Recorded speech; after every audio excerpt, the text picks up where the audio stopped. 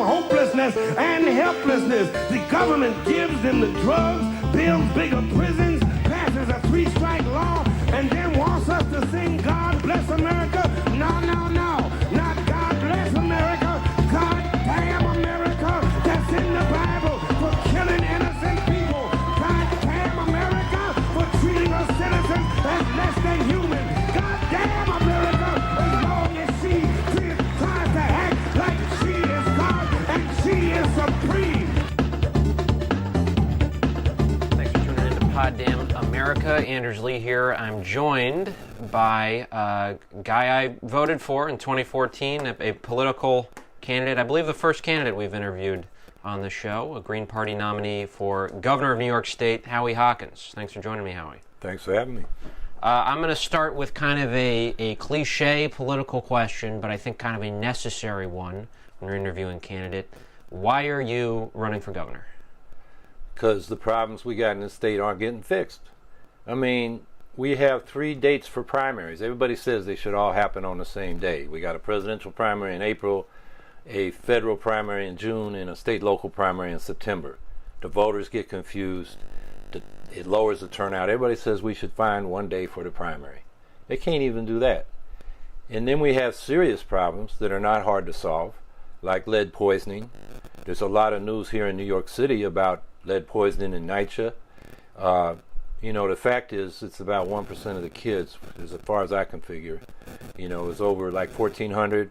You have about 140,000 kids in the housing. In my city, it's 40%. In Buffalo, it's 40%. Utica, it's 38%.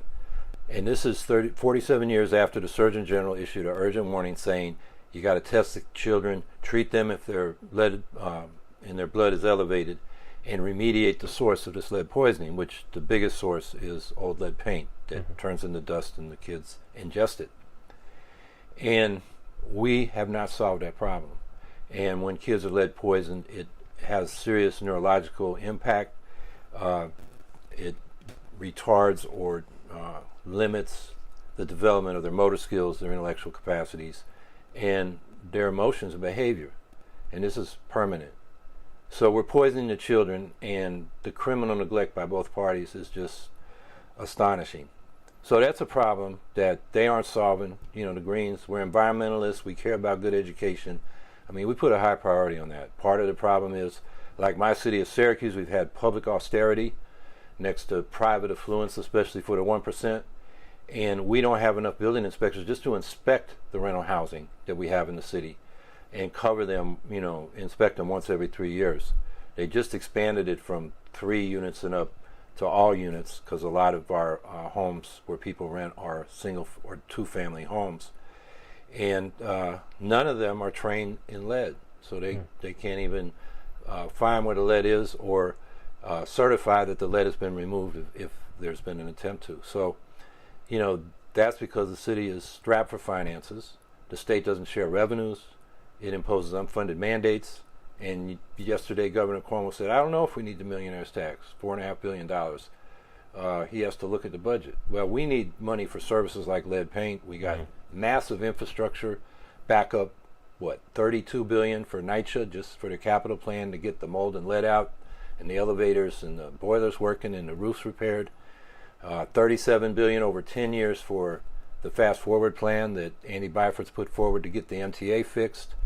$80 billion in additional revenues for basic infrastructure repairs over the next 20 years. $4.2 billion behind on the foundation aid formula, where the high poverty school districts are really being squeezed. Tuition-free college, which Cuomo claims he didn't. The Excelsior Scholarship is, reached only 3% of the CUNY SUNY students and 2% of the CUNY students. That's about a $1.5 to $2 billion price tag. So I could go on and on. But, for Cuomo to say we don't need the millionaire's tax. I'm running, and the Greens are running because the 2 major parties, they represent, the rich and powerful and the corporations and not the people. And we got problems. We need them fixed. And this is your 3rd run for governor, is that correct? Correct. I ran in 2010. We got a ballot line out of that. You need 50,000 votes. I got 60,000 votes. And then in 2014, I got nearly 200,000 votes, nearly 5%. And that moved us up over Working Families and Independence Party line. We didn't get the conservatives, maybe this year, and jump up above them because they rank people or parties on the ballot according to their total vote. And I think that 5% forced Cuomo to look at what we were saying and not take our votes for granted. So we got the fracking ban, which was one of our leading demands. We got paid family leave. We got talk about a $15 minimum wage. Down here in New York City, you get it in large businesses by December 31st this year. If I go back to work at UPS, if I'm not governor, I've lost my seniority doing this campaign, I will start at $10.40 an hour. That's the minimum upstate.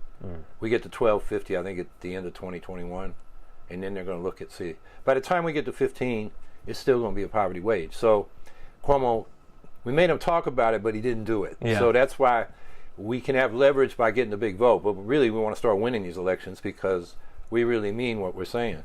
Right. And short of being able to quit your job at UPS and become governor, what is the goal for 2018? Well, the goal is our slogan is demand more. Mm-hmm. It means three things. First of all, just honest, clean government. You know, Ralph Nader always says in elections we should raise our expectations. I mean, the least we can expect is that we don't have a bunch of crooks running the government. Yeah. But we got the Speaker of the Assembly, the leader of the Senate, two of Cuomo's top aides, and a bunch of big campaign contributors going to jail for various charges of bid rigging, bribery, kickbacks. I mean, it's like watching The Sopranos, or the Trump administration.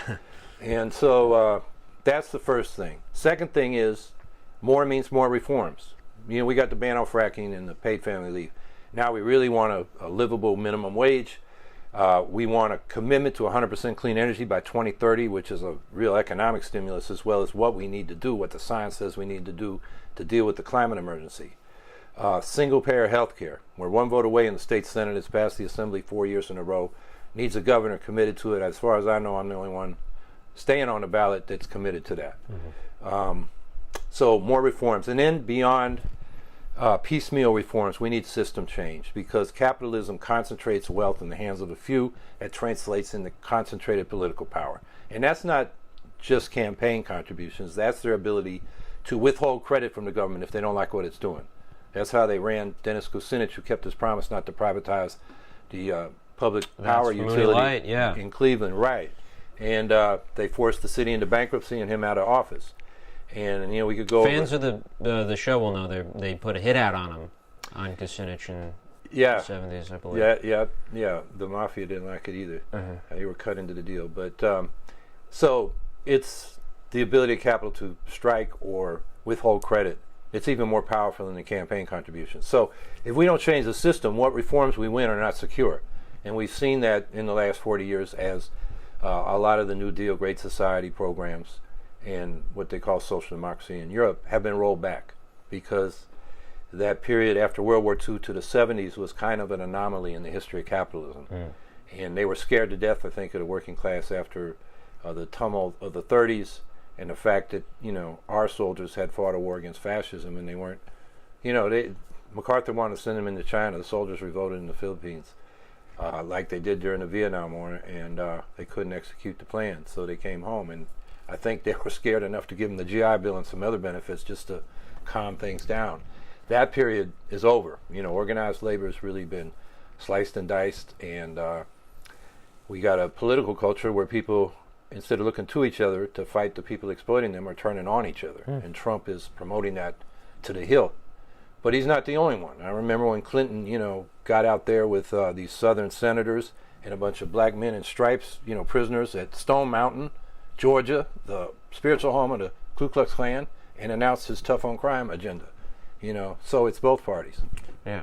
Well, I definitely want to get more into the theories of socialism in a minute. But you are running on a Green New Deal, as a lot of people in the Green Party are. How does that not only stimulate the economy or invest in renewable energy, but also help develop a cooperative or socialistic form of economic activity? Well, when I talk about the Green New Deal, it's not just a climate action program that happens to create a lot of jobs. It's about fulfilling the full promise of the New Deal as Franklin Roosevelt articulated it in his last State of the Union address, 1945, when he called for a second Bill of Rights, what came to be called an economic Bill of Rights. The right to a living wage job or an income above poverty, a decent home, comprehensive health care, a good education.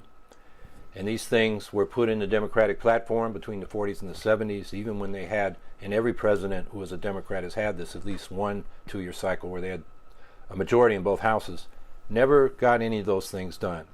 And then they started dropping them from the platform. The last thing to go was national health insurance, or what we call single payer today, Medicare for all. That Clinton got out when he got the nomination in 92. So the Civil Rights Movement picked that up and added, because, you know, the New Deal was mainly for white folks. You know, they excluded black folks and Mexicans because they said agricultural workers and domestic servants were not covered in a lot of these programs, like Social Security and the Fair Labor Standards Act.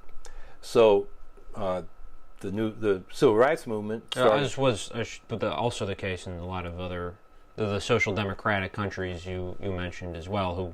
They had white agrarian workers who were also excluded from their social democratic programs. I did not know that, but that gives me something. I I always learn things as I'm campaigning. That's interesting. I will look into that. So, you know, they did the March on Washington for Jobs and Freedom, and then the Freedom Budget, and then King went ahead with the Poor People's Campaign, and they added to everybody should have these rights and they should be available without discrimination in employment, housing, and education. And that was an important addition.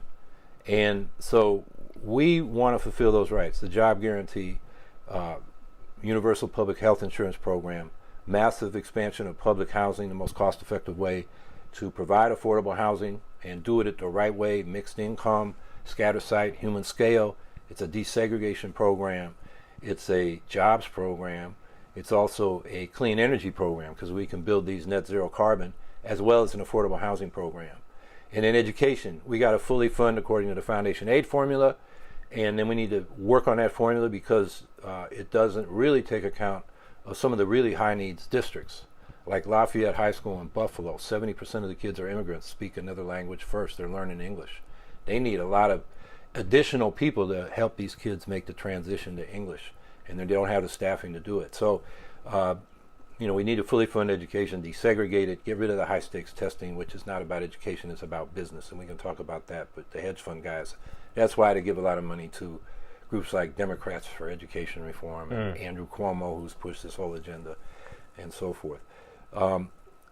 So then we call it the Green New Deal, because we got to deal with the climate emergency, and that's where we get to the program for 100% clean energy by 2030.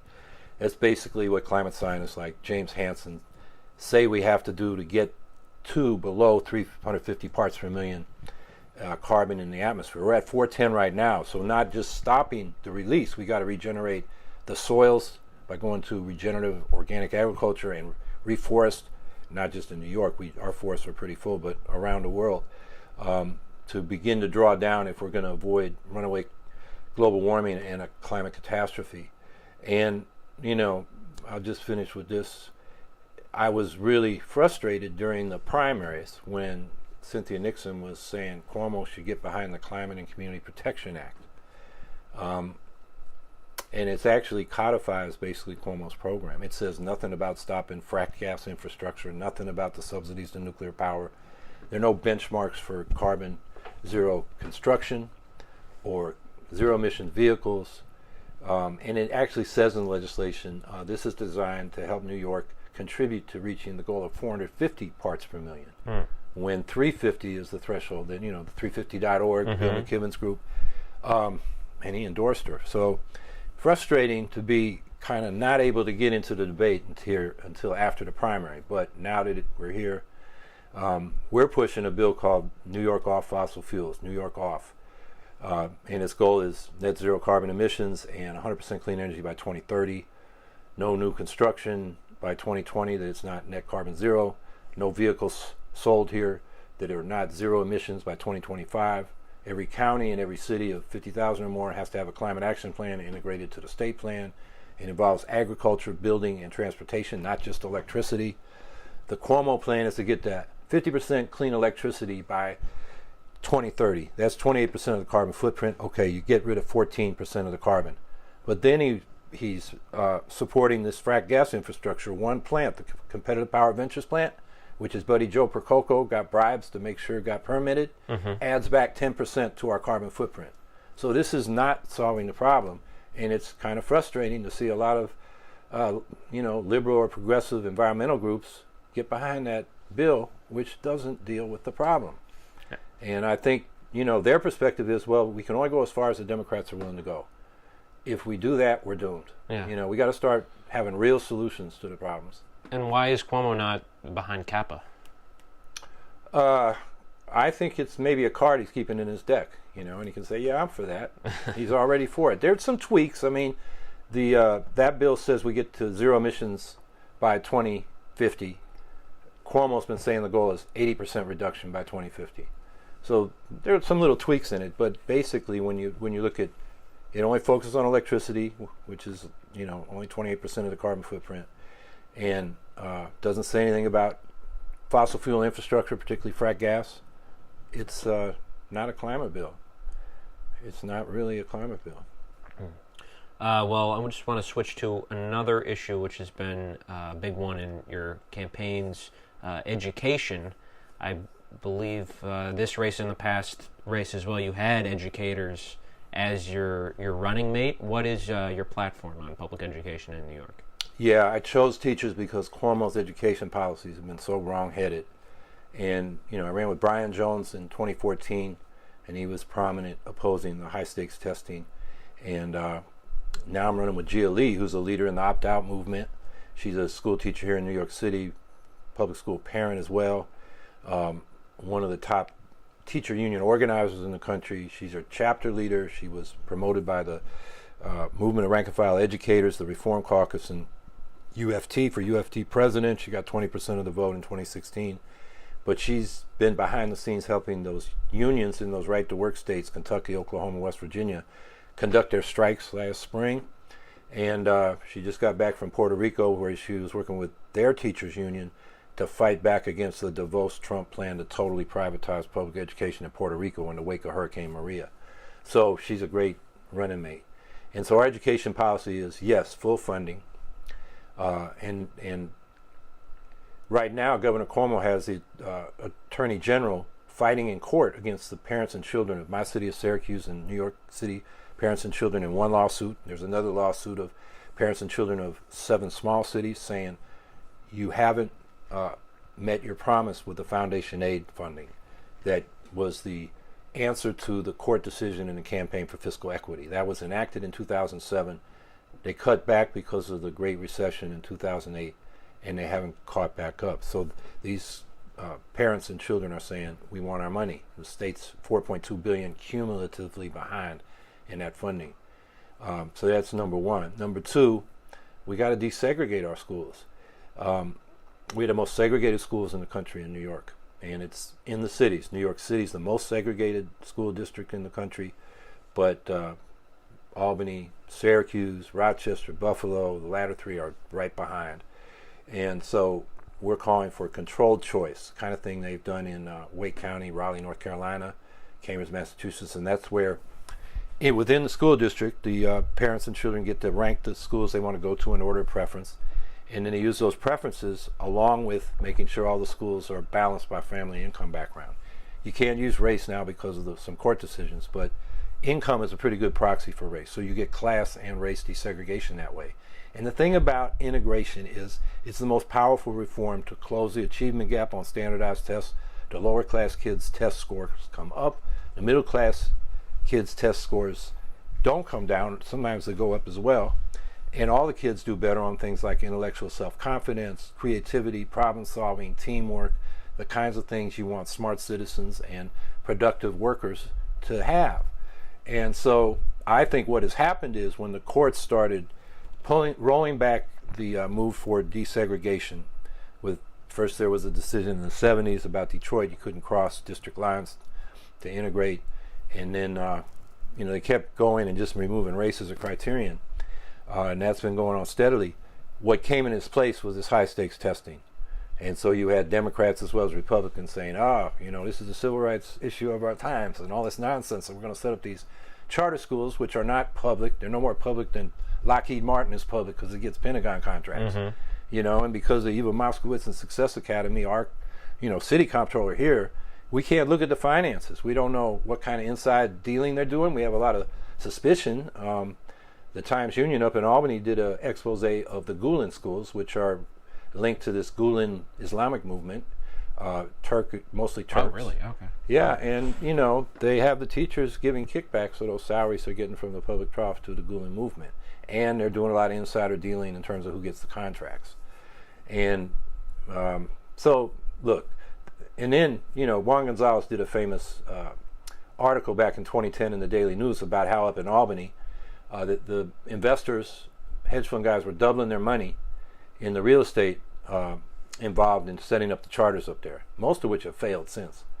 And they can double their money because there's a new markets tax credit at the federal level. 39% of everything you lend every year you get to write off your taxes. And plus the interest coming back, and the principal, you can double your money in 7 years. So when I got going on this campaign this year, I wanted to reread that article, and I Googled, and the first thing came up was Investopedia, saying, yeah, you can double your money in 7 years with this new markets tax credit in the charter industry. That's what I mean. It's about business. It's not about education. You narrow the curriculum, you teach to the test.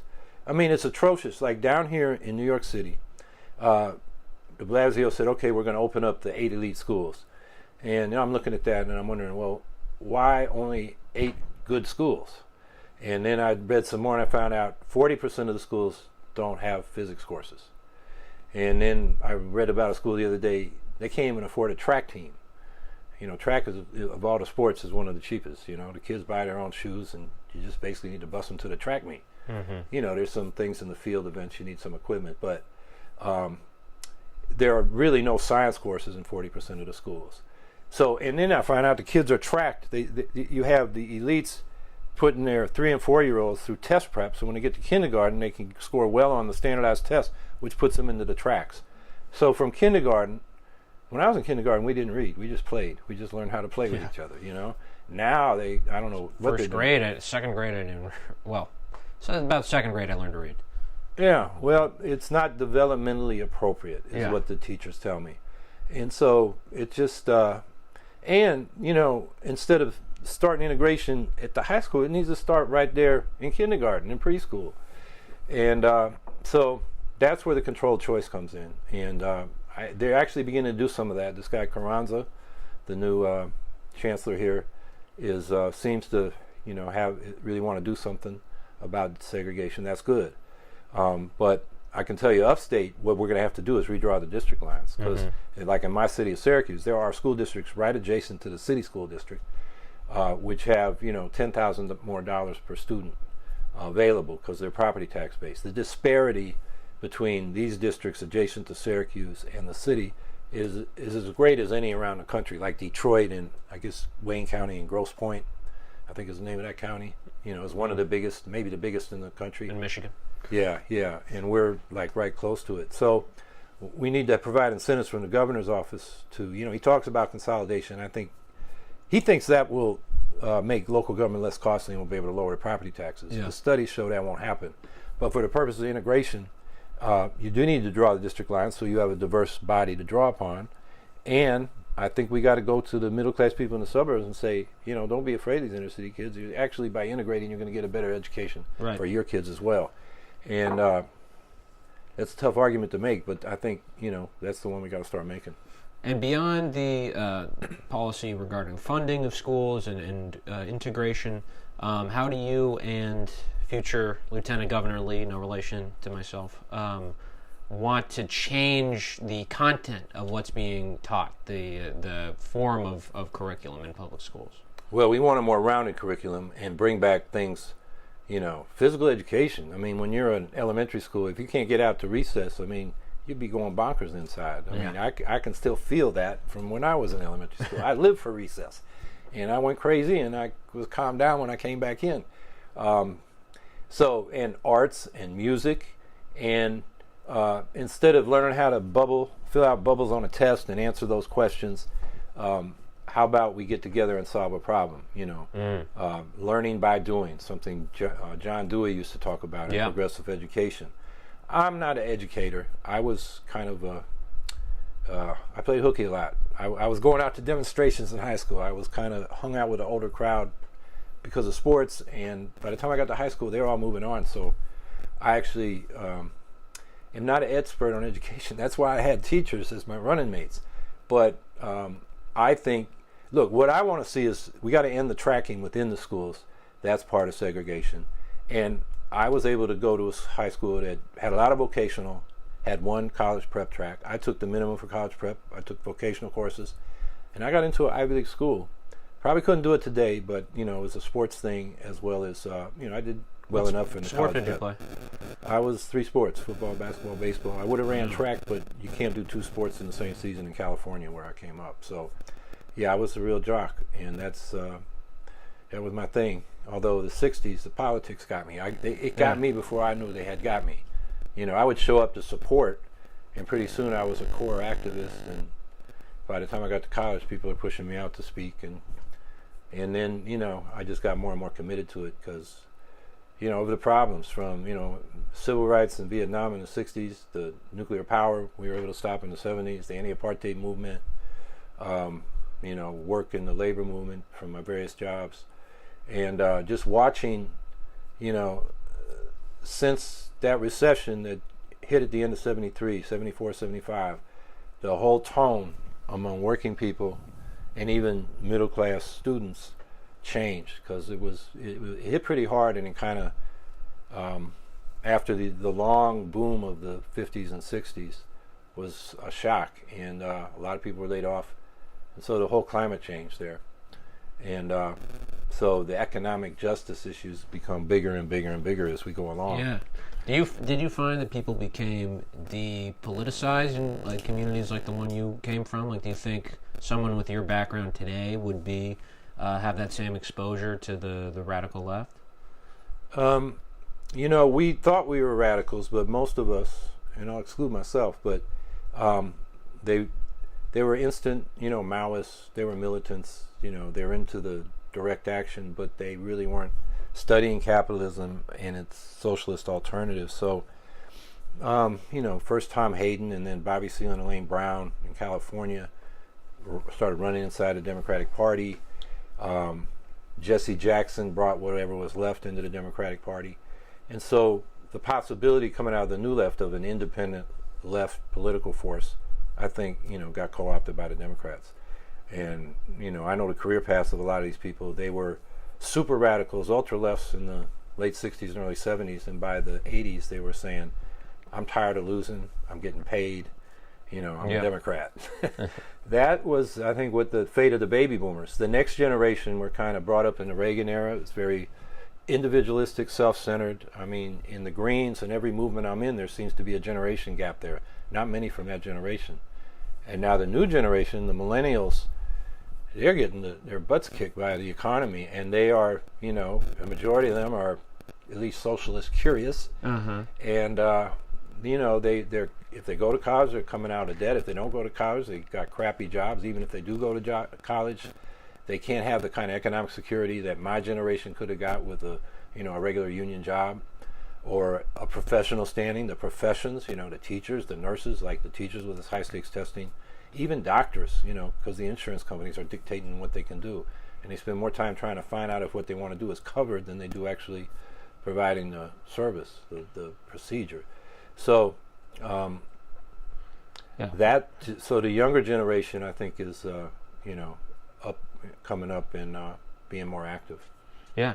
So I definitely want to get to the millennial vote in a second, but can you talk a little bit about your involvement in political movements throughout those decades, and how you came to be involved in the Green Party, and why you identified elections and electoral politics as being a tool that you're involved with? Well, it was the 60s in the San Francisco Bay Area. I'm coming up in a working class, multiracial community, so civil rights was in the air. It was in church, it was on the street, it was at the rec center.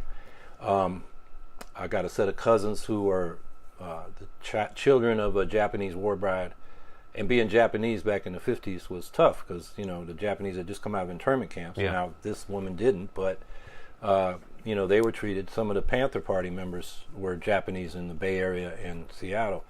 And so I was just aware. I mean, they were in Virginia. They were Army brats and stationed in Virginia. And as they headed to kindergarten, they were headed for the colored schools.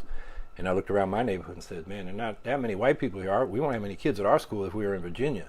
Just didn't seem right, And then when I'm 12, I'm coming up in a Republican family that kind of prided the early Republicans, Free Soil. We got an ancestor who was involved in starting the Free Soil Party, and that became part of the Republican Party.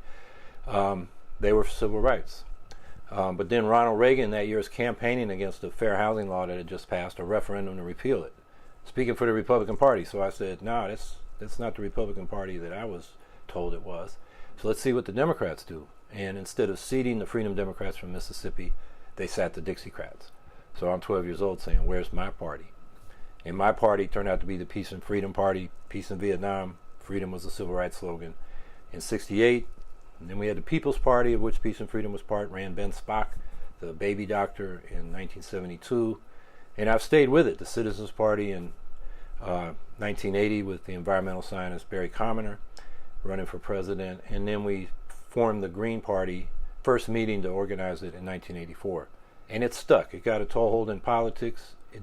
It really, at the national level, I don't think we've been effective organizing anything, but it's an idea that caught on. It's international, and people that got sick and tired of the Democrats betraying them or failing their expectations, particularly environmental activists and peace activists, and increasingly in the last 10 or 15 years, racial justice and economic justice activists, they've come to the Green Party and sustained it at the local level.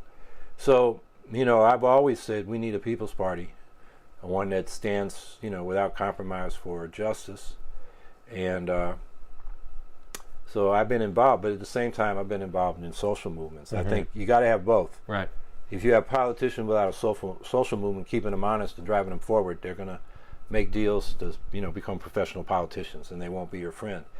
By the same token, if we don't have candidates independent of the two parties, and we're making progressive demands, and we can have mass demonstrations, like in the lead up to the Iraq War, we were the world's second superpower, according to the New York Times, because we had such massive demonstrations here and abroad against that war, and it just rolled off the backs of the establishment.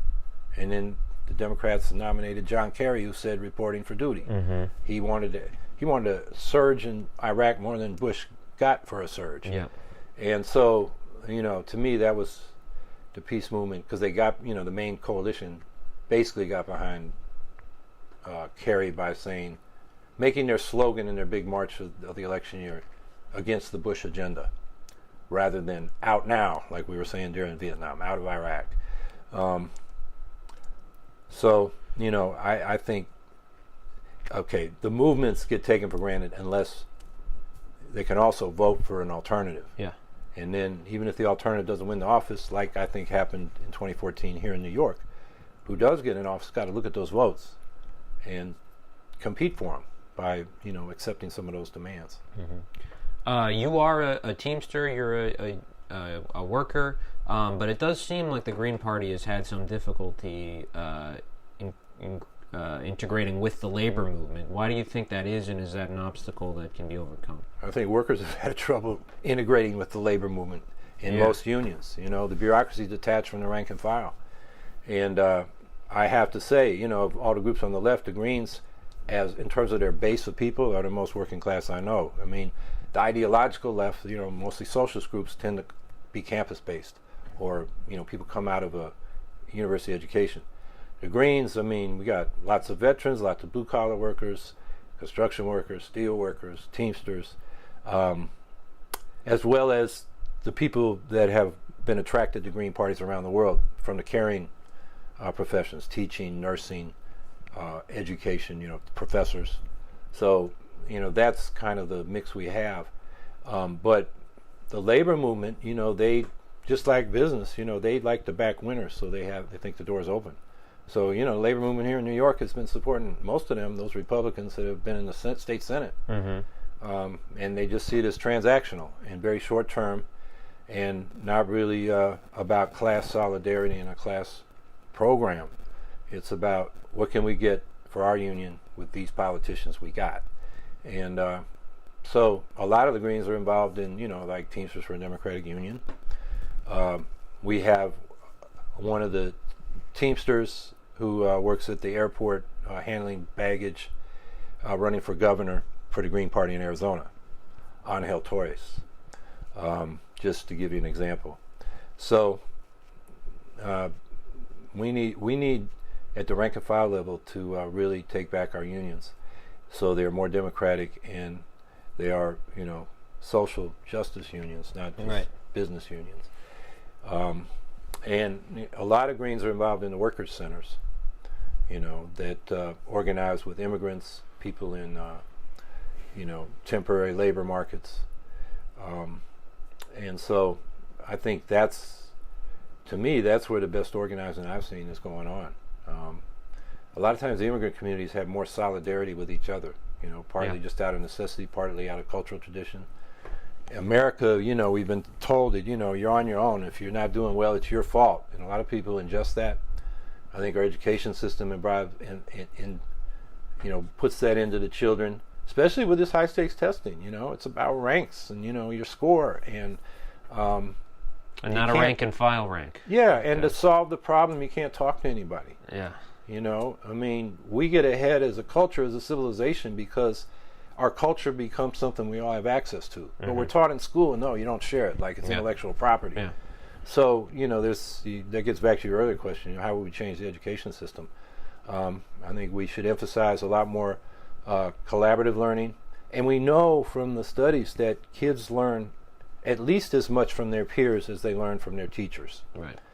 That's why integration works, because the things that we want all the children to have that middle-class kids can bring, all the kids get, because kids like to be part of the group, conform, and it becomes part of the school culture for kids that have been deprived. Right. The Green Party does have some ideological diversity. I believe, though, there is a plank stating that's an explicit anti-capitalist party, but you do have, some members who I would say are a little more social democratic. How would you distinguish yourself, you identify as a socialist, from someone like a Cynthia Nixon, a Bernie Sanders, or even a Ralph Nader or a Jill Stein? Well, I believe that socialism, a central tenet of that tradition is that we need social ownership of the major means of production in order to have economic democracy and therefore political democracy. And what we've seen from Bernie Sanders, who explicitly rejected that in his socialism speech, in the end of 2015, because the media was saying, hey, Bernie, we hear you're a socialist. And to his credit, he didn't deny that, but then he gave a speech which kind of said socialism is the New Deal. Mm. And that's old-fashioned liberalism. There's nothing wrong with a lot of those programs, but as I argued earlier, you can't sustain them without a socialist economy being the dominant form of production, because otherwise the rich concentrate power economically and then politically and get rid of those programs. So I think one thing that distinguishes what I'm talking about is I hold that central tenet of the socialist tradition of social ownership and cooperative production. And then the other is independent politics, independent of the capitalist parties. And that is the great lesson of the revolutions in 1848 that swept across Europe and into Latin America for the franchise, for the working class. And the working class was in coalition with the rising business class against the landlords to get the vote and some economic reforms. And the landlord class cut a deal in most countries with the business class. Said, okay, we'll give you the vote and we'll give you some reforms, but just join with us and keep the workers out of this because they're the majority and then they'll really screw us. Mm-hmm.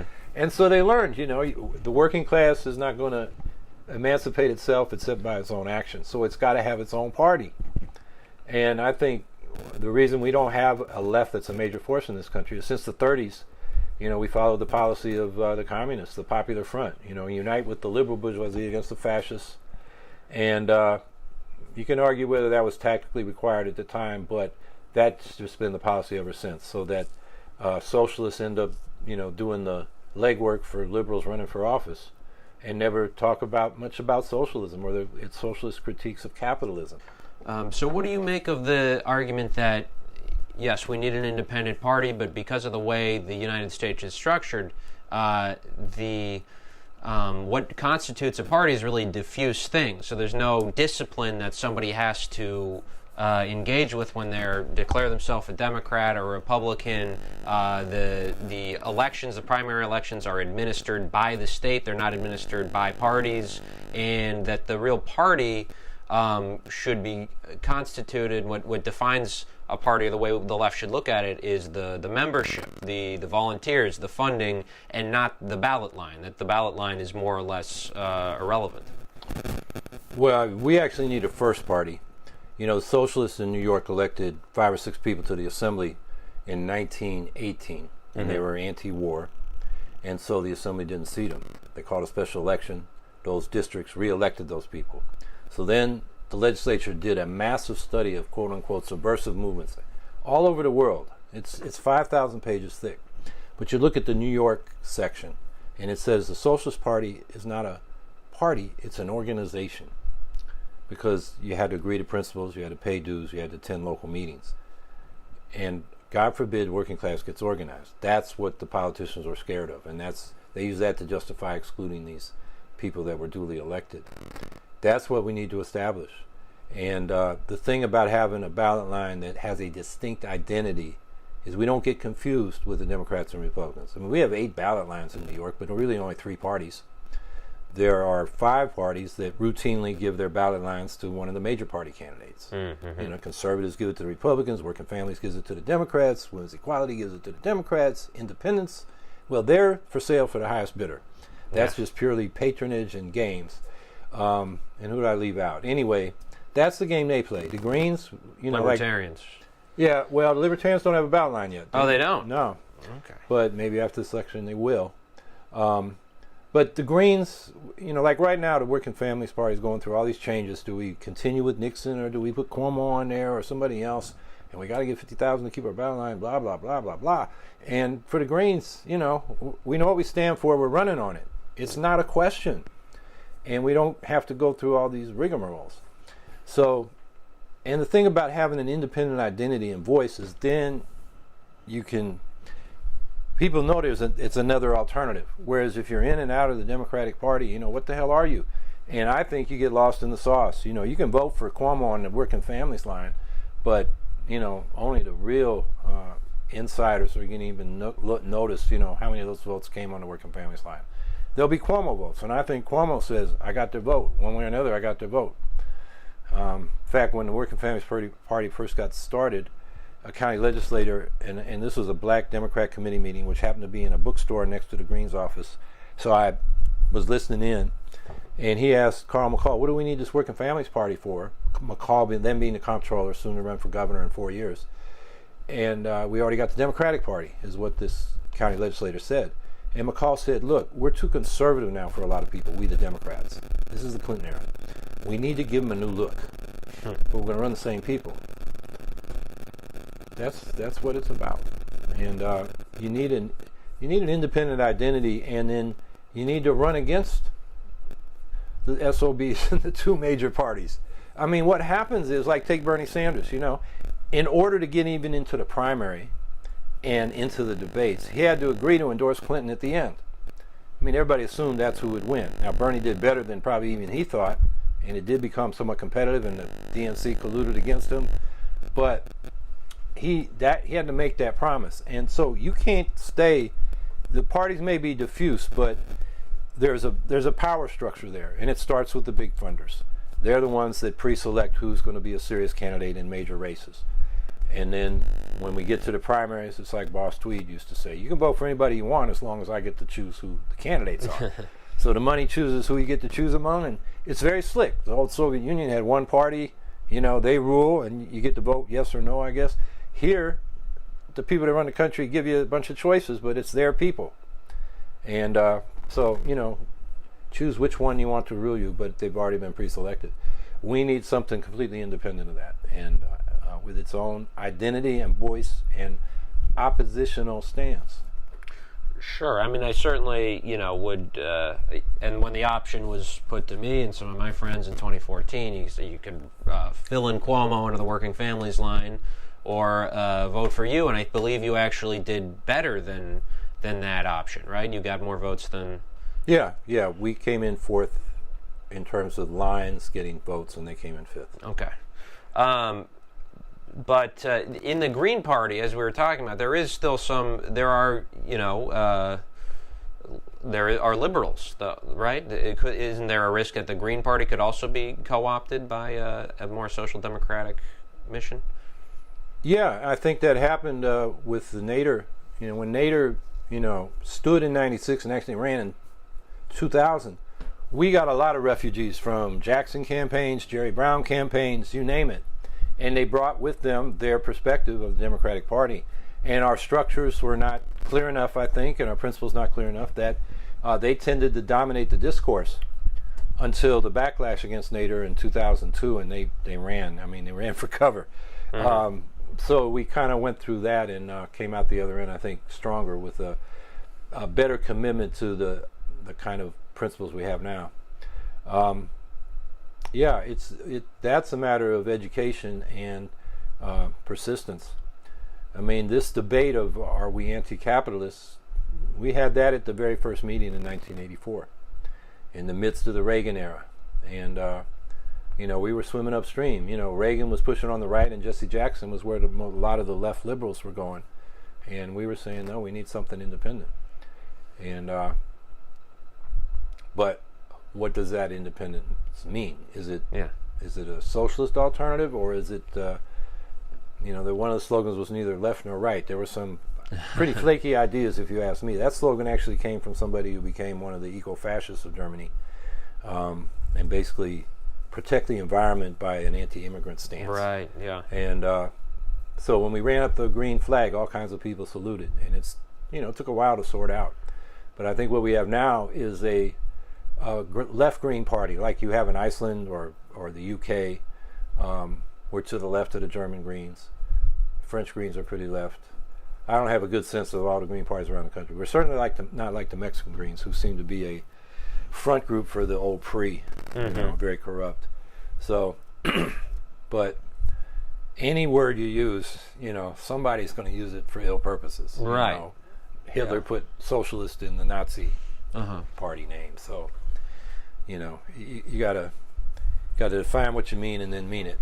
Yeah. Well, do you think that it may be more effective for I know you were making a distinction between state Green parties and the national Green Party, but whoever the nominee is in 2020 may be talking more about socialism, more about going further than social democracy. That's certainly the trend within the Green Party. Okay.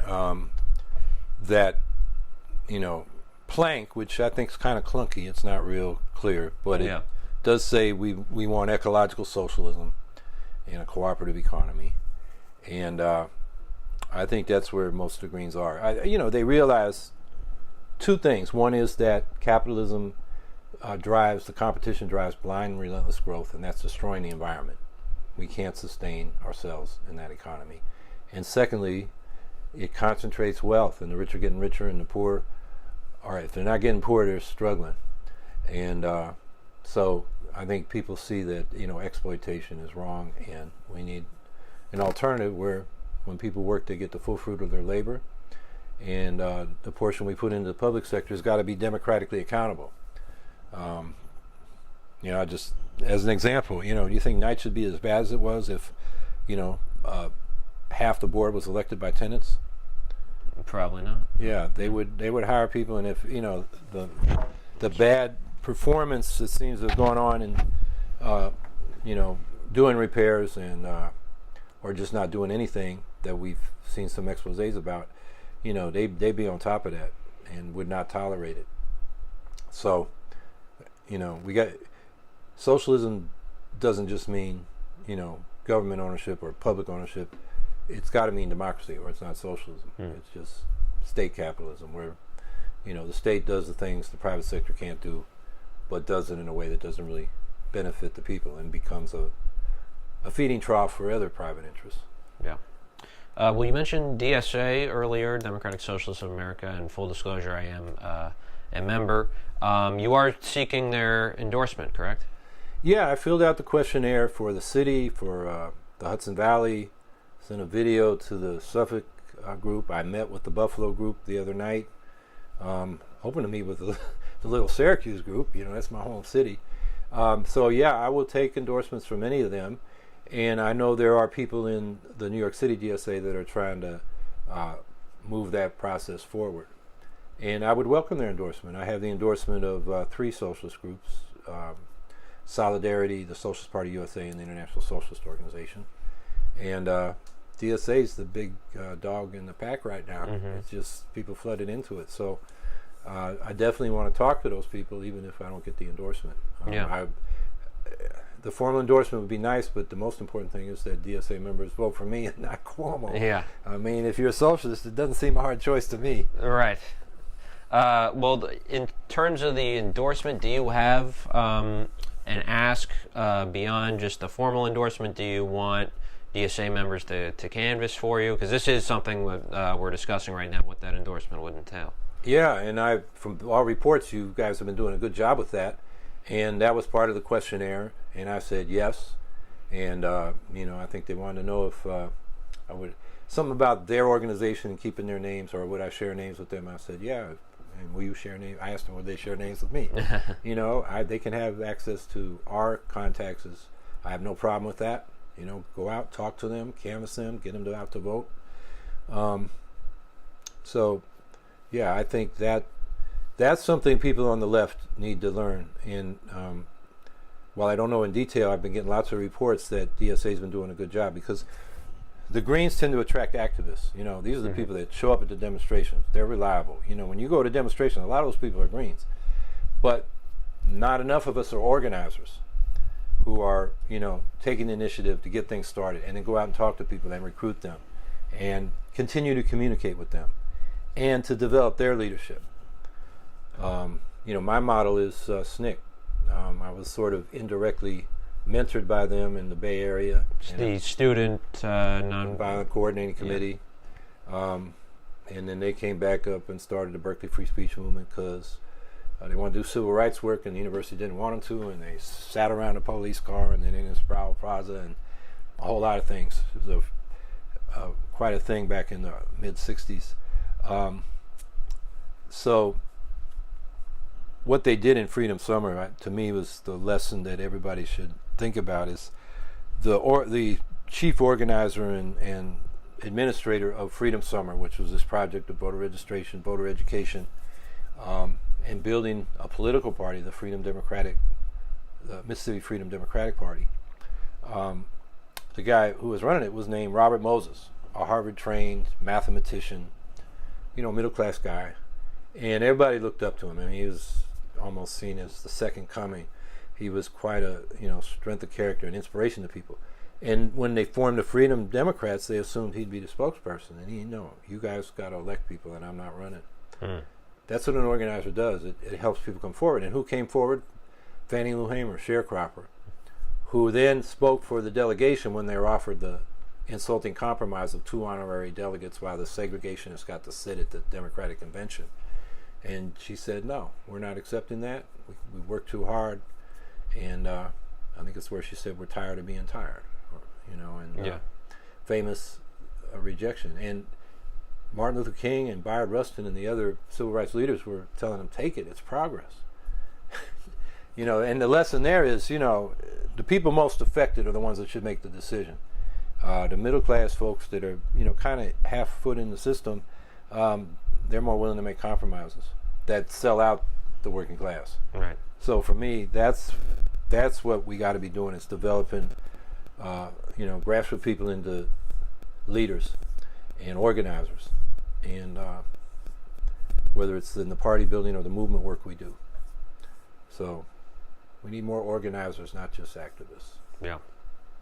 Well, in terms of voters, what is your pitch to maybe people who are not necessarily socialists, who voted for Cynthia Nixon, they like Bernie, they're just, a little worried about a Republican administration in New York, so they aren't sure if they would want to fill in the Green Party line. Well, use your Democratic votes to get a Democratic state Senate, and then we'll have the state Senate and the Assembly. We'll put a check if Molinaro's the governor. He won't be able to do much damage. Right. And then the other thing is, if you don't vote for what you want, you'll never get it. Yeah. You know, if you vote for what you don't want, Cuomo, because you don't want more Molinaro, you know, that vote will be seen as a support for Cuomo's agenda, which, you know, his latest thing is he's not sure we're going to continue the millionaires tax. It's $4.5 billion a year. He says, I don't know if we need it. I mean, NYCHA, the MTA, other infrastructure around the state, the schools, tuition-free college. How about public defenders for everybody who needs it? Now it's dependent on the counties, and you know there's no defense there. Speedy trials. I mean, there's so many things. Getting rid of the lead. You know, the public sector has been depleted. So if we're going to have good public services, infrastructure that works, we're going to have to invest money. Well, Cuomo, you know, his conservative instincts are coming out now that the primary is over. He's telling his donors, we maybe get rid of the millionaires tax. So anybody who is a liberal, who has progressive values, you know, socialists and liberals share generally progressive values, Cuomo's not your guy. I am. All right. And how different would a Molinaro administration be from the current one? Oh, he'd push, you know, he just said he wanted to cut, I think, the state budget by 30% in order to justify property tax cuts. If he proposed that, he'd be laughed at by, you know, both the Senate and the Assembly. Even the Republicans in those houses would say, wait a minute, you're cutting a program that people in my district like. And, you know, the services that we need are not being delivered. We've gone through 4 decades of austerity, and the infrastructure's showing it. And we have new needs, like we're getting these toxic algae blooms in the lakes upstate because the weather's getting warmer, and we're not dealing with the fertilizers that run off and provide the food for this algae. So we're going to need to put, like in Skaneateles Lake, which is the water supply for Syracuse, we may have to build filters. You know, that costs many millions of dollars. So, you know, if Molinaro thinks he's going to govern the state the way the people want by not providing that kind of infrastructure that we need, I think he's got another thing coming. So in the end, he's going to have to deal with the people. But I don't think he's going to even get close. You know, he's got a third of the money that Astorino had, the last Republican candidate. He comes from a smaller county. Astorino had the Westchester base. This guy's got the Dutchess County base. And this is a anti-Trump year. And Molinaro's probably the best thing he did was not vote for Trump. You know, he touts that. And this is how silly the debate gets. Cuomo calls him Trump's mini-me.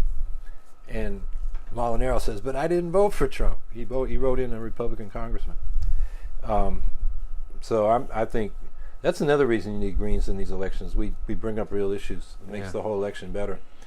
And actually, Democrats do better when we're in. People think we spoil election, we divide the vote, but in my district, 24th District Congress, the only time a Democrat's won since I think there was one guy got in there during the height of the Vietnam War as an anti-war candidate, were the 2 times Greens ran for that office. 2008 when I ran, and 2012 when Ursula Rosen ran. And that's because the guy who won, Dan Maffei, his instinct, and he now works for the Third Way Institute, he's that kind of centrist Democrat, was to move to the right, you know, and try to get as many votes in the center and the suburbs and so forth. And when the Green was in there, he had to like compete with what we were saying, and he sounded more progressive and actually made him more popular and made the Republican look like an extremist. So, you know, I think even though we don't win the vote, we don't hurt the Democrats that much. Right. We actually help some of them do better than they would have done without us. Even Gore in Florida, from what I've heard, he started talking about the oil industry more and the environment when Nader was threatening him in 2000. Yep. What do you think there's a chance he would do better than Molinaro? Yeah, the trend is to the left, and it's anti-Trump. I think there's a small chance. there's a small chance I could win. With four, what do we got now? We got Republican, Democrat, Green, Libertarian, Serve America movement, which is a center-right establishment effort. That's five, at least five, and maybe six candidates if Nixon stays in, or Working Families runs somebody beside Cuomo. That's a lot of ways to divide the vote. So, and the majority of people in the state are progressive, and I'm really the only progressive running. So, I should win. It's just, we're dealing with history, tradition, and a dynamic that in a year, the blue wave is, going against Trump. So, every election is different. So, anything can happen. Seafoam green, hopefully. Seafoam green? Yeah. Yeah, well, I say, blue. You ride the blue wave where the greens are running, but ride the green wave where the greens are running. Yeah. And are you looking like there's going to be another debate, or? I expect there to be a debate. Cuomo, the last two times around, and with the Nixon primary, he had a debate late. He set the terms.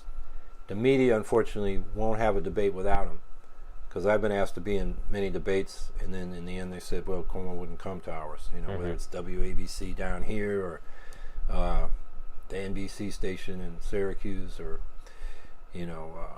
Spectrum, back then Time Warner. Cuomo in the end, I think it was a Monday Night Football night, but it was late in the campaign in Buffalo on public TV, not a big viewership. I expect we'll get that. I have called for 4 debates in 4 places on 4 topics, and said the media and civic organizations should set it up and then tell us, just negotiate with us on timing. But otherwise, if Cuomo doesn't show up, there'll be 4 or 5 of us beating up on him, and he'll look pretty bad because he didn't even show up. What's he afraid of, and what's he hiding? So I want 1 on the economy, 1 on government reform, 1 on climate and the environment, and 1 on the social issues, from housing, education, and transportation to criminal justice and civil rights. And I think that's what the voters ought to have, what they deserve. But it's really up to the media to give a backbone and tell Cuomo this is the way it's going to be. Yeah. Otherwise, he'll dictate the terms. Last question as we wrap up. I open with kind of a hack cliche journalist question, and I'm going to end with one too that I actually am curious about. Are you a person of faith? And if not, how does your relationship with spirituality guide you as a candidate and as a person? I think I have faith in the scientific method. I'm what that guy that led the moral majority warned you about, a secular humanist. Well, thank you for your time. Thanks for sitting down with me. Thanks for having me. Yeah, Howie Hawkins. Science and rationality. I mean, the Enlightenment. I guess there's some faith in that. I did spend a lot of time coming up in actually black churches. A Black Baptist church and an AME church. Because my dad wanted to go to church, but he usually had been drinking the night before. So that's where my friends were going. So I got a sense of what that's about. I think Jesus was a working class revolutionary and anti-imperialist. I think I'm like Jefferson. He cut out all the mystical stuff out of the Bible and created Jefferson's Bible with its moral stories. Yeah, I can dig that.